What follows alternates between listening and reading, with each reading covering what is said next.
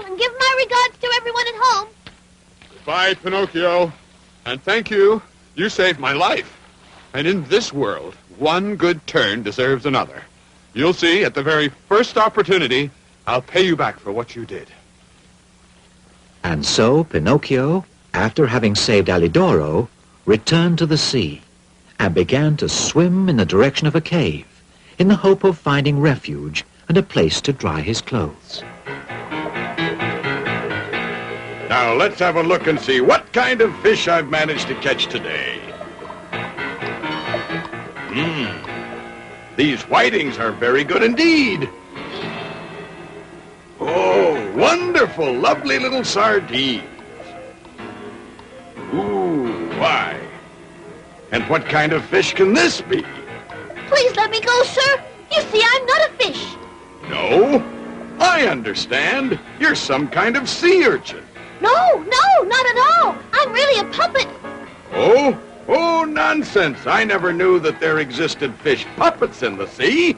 That means today I'm going to eat something new. You're going to eat me? But don't you understand, sir? I'm not a fish. Don't you hear that I can speak and reason like you? That's true enough.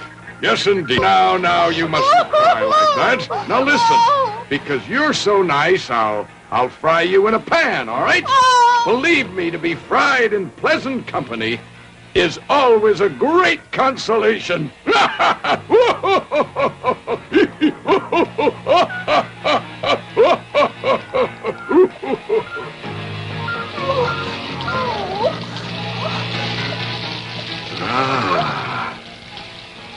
You're afraid, huh? There, you'll see it'll all be over in a couple of minutes. What's that?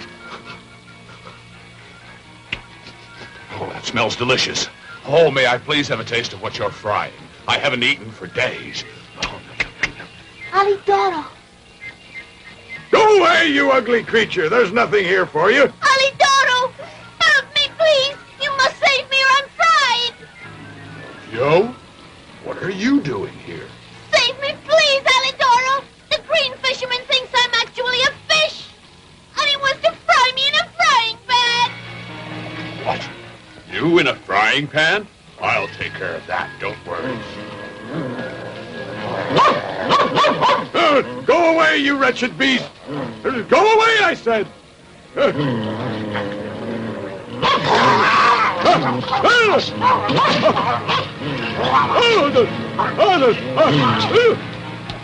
Give me back my little fish! Oh, you horrible dog! Give him back immediately! Come back! This instant!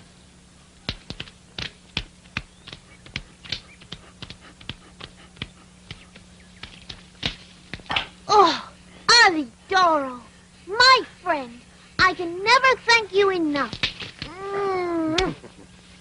Well, didn't you save me? And one good turn deserves another. But how did it happen? You were in a cave. It's simple. After you left me there on the beach, more dead than alive, the wind brought me such a lovely odor of frying fish, and it gave me such a great appetite that I had to follow it. It's just as well, too, because if I'd come there a minute later... Ooh, don't even think about it. I would certainly be all fried, eaten, and digested now. After this unpleasant adventure, Pinocchio returned once again to the Blue Fairy to ask her forgiveness, as fairies always forgive. He promised not to displease her again, and studied so hard that he again became the best pupil in the whole school. The Blue Fairy was so happy with him that she decided to give him some wonderful news. The next day, he was finally to become a real boy, and to celebrate the event, there was to be a big party with hot chocolate and whipped cream and slices of bread buttered on top, underneath, and even on the sides. Pinocchio went off around the town to invite his schoolmates. In particular, he wanted to invite one of his friends called Lucignolo, whom he was very fond of.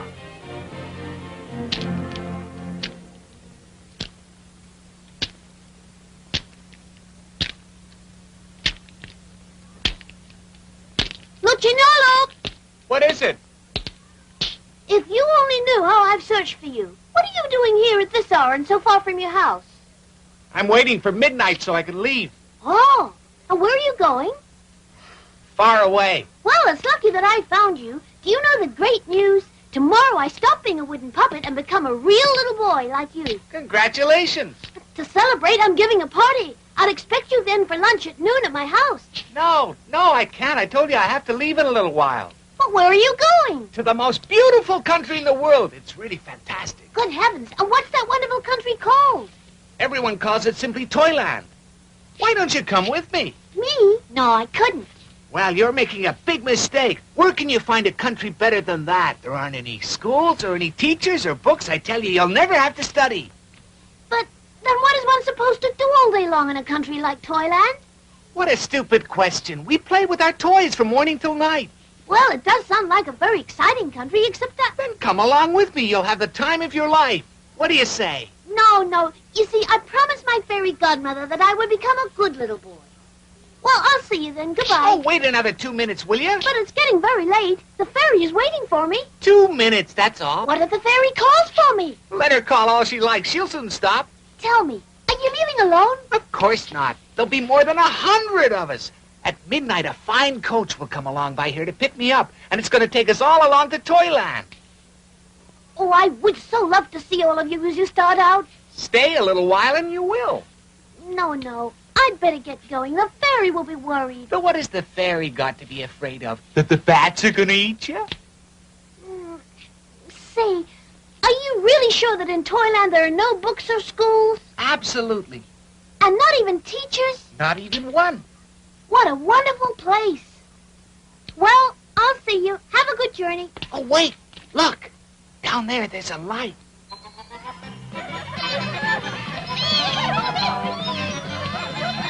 Do you hear that? That's the coach that's coming to take me to Toyland. Now, do you want to come, yes or no? Make up your mind. But is it really true that in Toyland you don't ever have to study? No, never, I told you. Oh, how wonderful. Oh, what a great place. Come on, let's go. Oh, look at all those donkeys. How beautiful.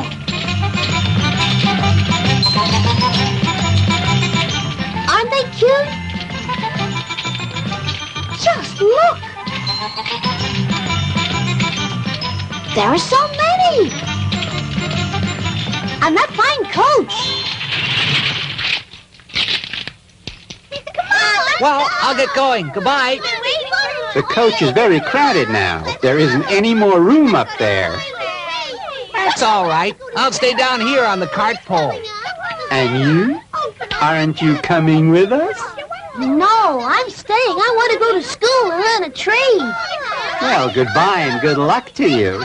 Come along with us. Come on, Pinocchio, hop on. You'll never get another chance like this in your whole life. Don't make us beg you, but what will the blue fairy say? Listen, will you make up your mind? Are you coming or not? If you want to join us, you have to decide right now. And if not, goodbye. Oh, very well, I'll go with you.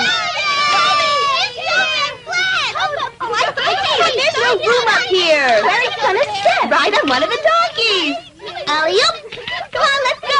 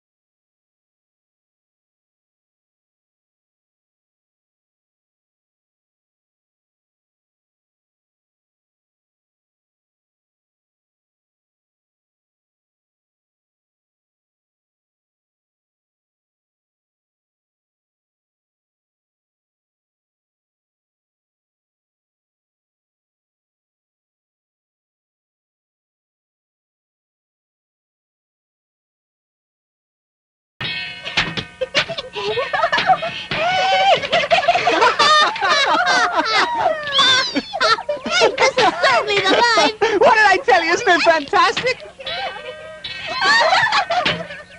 You didn't want to come along. You were certainly right.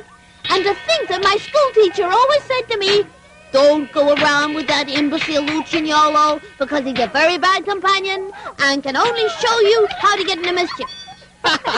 He never liked me because I talked in class, but I'm very generous and I forgive him. What a kind soul. You really are worthy of my affection and friendship. Wow.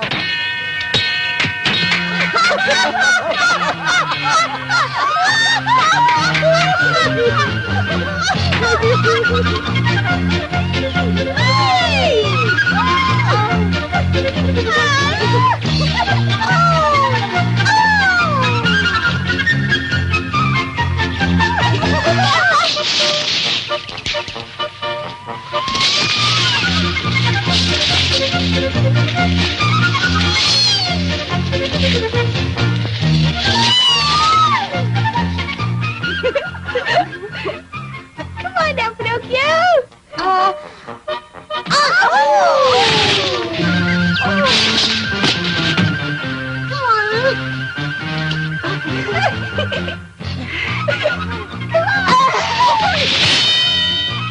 This beautiful dream world lasted for 4 months, during which Pinocchio and Lucignolo couldn't have enjoyed themselves more. But one morning, Pinocchio woke up to a nasty surprise. A surprise which made him very unhappy, as you shall see. Oh!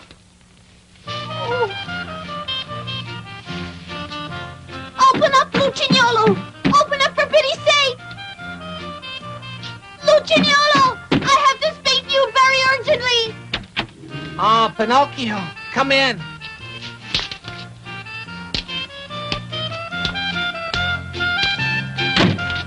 Well, what is it? Tell me, do you feel well? Me? Yes, I feel wonderful. But are you really sure? Of course. Why should I tell you one thing if I mean another? Well, in that case, I'd like to know why you're wearing that silly thing on your head. Well, you see, it's like this. The doctor thought I ought to wear it because I hurt my knee. But anyway, why are you wearing that silly thing on your head? Me? Oh, yes. Because the doctor said that I ought to wear it because I had hurt the left toe.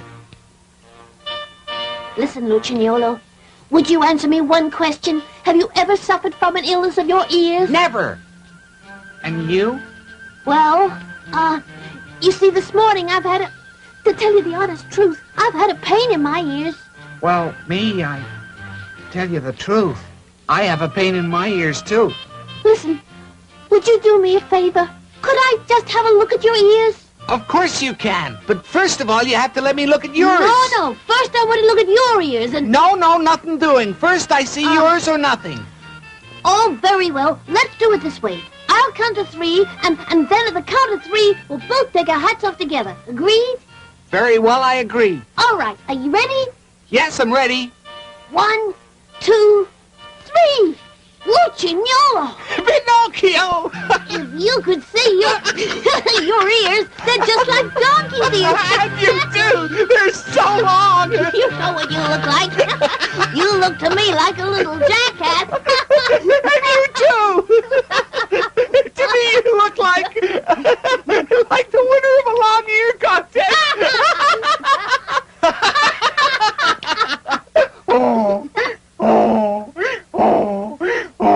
Pinocchio, please help me. Lucignolo, what is happening to us? My legs!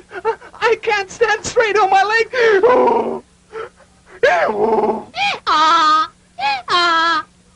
My goodness, the same thing is happening to me. Oh, Blue Fairy, oh, Papa dear, what's happening to me?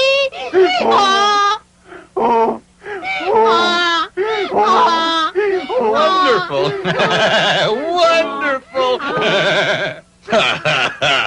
You two are a fine pair of little donkeys. I'll be able to sell you for a good price at the market. And now you understand who the coachman was. He was a scoundrel who lured little children into Toyland, waited for them to become donkeys, and then sold them in the marketplace. Thus, the donkey Lucignolo was sold to a farmer to turn his water wheel. And the donkey Pinocchio was sold to the director of a circus, who wanted to make him jump and dance with the other animals of the troupe.